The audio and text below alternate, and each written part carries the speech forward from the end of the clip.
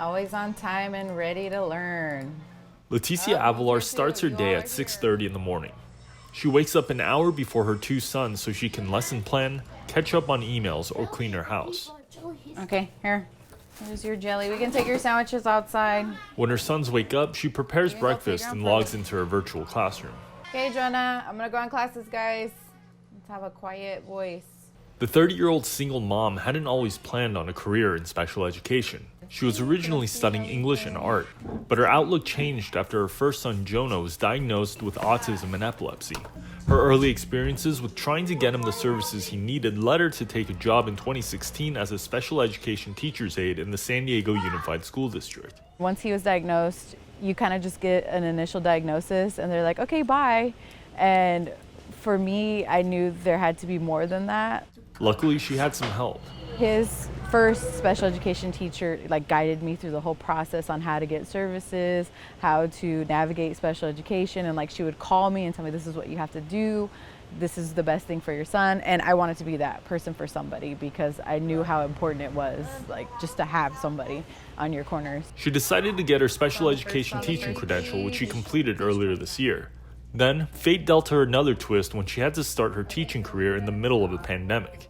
So now she is raising 11-year-old Jonah and 7-year-old Des, who's also on the autism spectrum. And she's logging on every day to teach a class of high schoolers in special ed. The beginning, it was very hard, especially everything being shut down. So we were literally stuck in there in a one-bedroom apartment for probably 2 months. And that was very difficult for all of us. However, she says the first few weeks of teaching in the new term have been smooth, but life's still a challenge.